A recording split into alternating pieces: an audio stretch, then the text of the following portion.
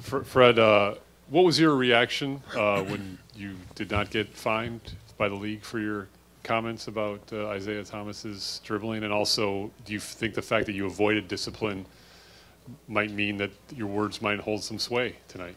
I don't know. We'll see. We'll see, Case. Do you have a reaction? No.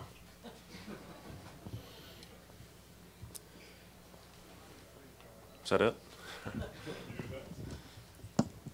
Chris Gasper, Boston Globe. I just wanted to ask you, other than maybe the occasional turning the ball over in the dribble, what makes Isaiah Thomas so hard to guard? And is there anything you guys have seen in this series that would make you change your strategy in terms of how you guard him? Well, I mean, he's such a versatile player. He's leading the series in points in the paint. He's so shifty at getting downhill and getting into the paint, where he's as good a finisher as there is in this league. You know, obviously he's got unlimited range. He can pull up, stop on a dime, and knock down shots from all over the floor. He's got a great mid-range game. He gets himself to the free throw line. He's such a versatile scorer. He's as tough a guard as there is in our league. Fred, Joe Colley sometimes. First of all, you're an active list. Who's inactive? It'll be Rondo and Payne. Talking about Cameron, why hasn't he been an option? I mean, because this point guard search has kind of gone on the last couple of games. Why hasn't he been an option? What about him, his makeup or whatever, you guys just don't feel he's a choice? Well, we actually have thought about it, Joe.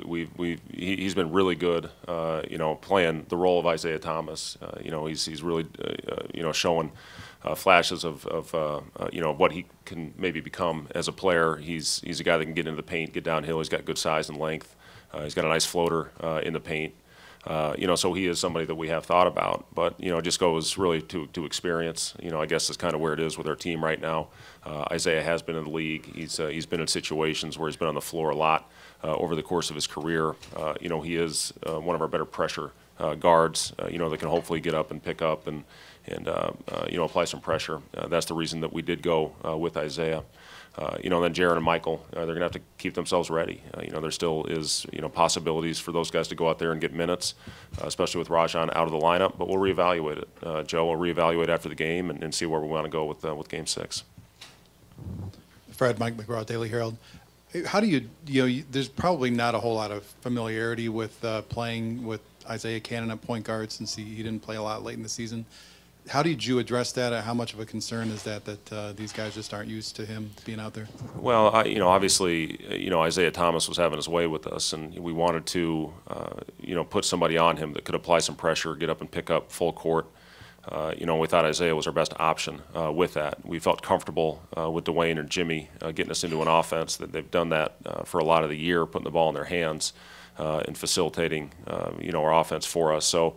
You know, that was the reason that we went that direction. You know, again, we just felt it was so important for us to try to apply some pressure. Jimmy's playing so many minutes, we didn't want him to have to go out there and chase Isaiah around for 48 minutes, understanding that there is a point in the game where he will get his chance. But we felt Isaiah Cannon was our best option, at least trying to slow him down a little bit. You mentioned that both Jaron and Mike have to stay ready for those backup point guard minutes. Does that mean that Denzel's out of the rotation again tonight? Well, he's got to stay ready as well. You know, Anthony Morrow has to stay ready. You know, for you know, a guy that can knock down shots, that has knocked down shots over the course of his career. So you know, it's all those guys. Everybody has to keep themselves prepared.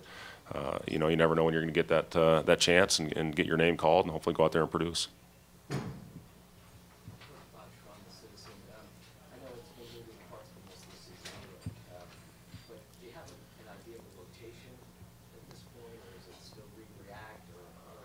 Well, we have an idea. You know, we'll see if we stick to it. You know, but you always go into a game with a plan on what your rotation is going to be. But then you have to be ready to make an adjustment.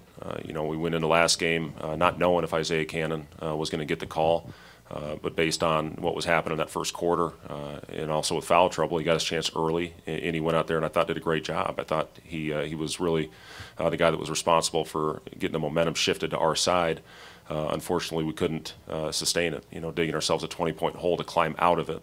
You know, Isaiah was a key part of us making that run. That's why we started him in the third quarter. That wasn't the plan going into the game, but, you know, obviously you make the adjustment, who's out there producing, and Isaiah was that guy, and that's why we gave him the start in the third quarter. And again, climbing back from that 20-point deficit and taking a lead in the third quarter, he was a big part of that.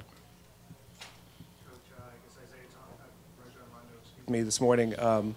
Referenced that he might try to still play on Friday. How is that with you as a coach going forward in this series, knowing that you played so well in Game 2, you want to kind of move forward with maybe Isaiah Cannon as point guard, but you have a chance that Rajon might still play?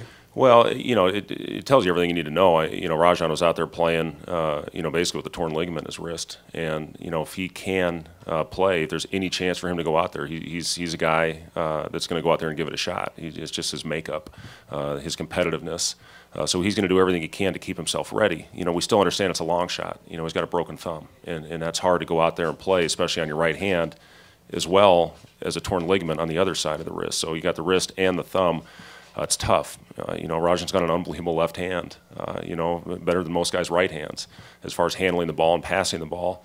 But it's tough. It is tough. But, the great thing about him, he's going to go out there, whether he's playing or not, he's going to, give advice to our young players that are getting this opportunity. He's always talking to them when they come off the floor. He's making an impact, even though he's not on the court. But we'll see. We'll see how things progress. We got a couple days before the next one. And see where things go.